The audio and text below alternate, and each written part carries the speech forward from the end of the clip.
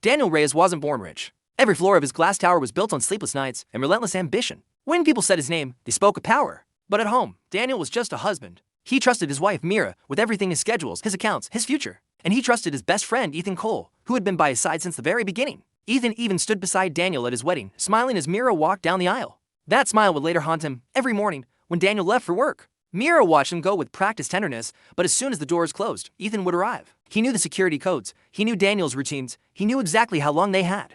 What started as shared secrets turned into shared plans. Mira didn't just betray Daniel's heart, she betrayed his empire. She fed Ethan information, offshore accounts, dormant assets, weaknesses in his legal structures. They spoke of Daniel not as a man, but as an obstacle. Daniel started noticing the cracks slowly, numbers that didn't add up. Funds moved with his signature, but not his consent. He suspected rivals, never the people who kissed him goodbye. Then came the silence. Mira no longer asked about his day. Ethan stopped meeting his eyes. One night, Daniel checked the security logs. His chest tightened. Two familiar figures entered his home while he was in another city signing a deal. The timestamps were precise, repeated, intentional. Anger was replaced by a cold clarity. He hired professionals. He watched bank trails unfold, read messages filled with contempt. They were preparing to leave. Him ruined. The confrontation happened in a conference room, not a living room. When the evidence was laid out, Mira collapsed into tears. Ethan tried to talk his way out. But documents don't lie. The lawsuit was merciless. It wasn't just about cheating, it was fraud, conspiracy, and financial sabotage. The verdict stripped them of everything they tried to take. Daniel won. But he returned to his mansion alone, his wealth intact, but the silence heavier than ever. He learned a brutal truth. The deepest betrayals come from those who know where you keep your keys.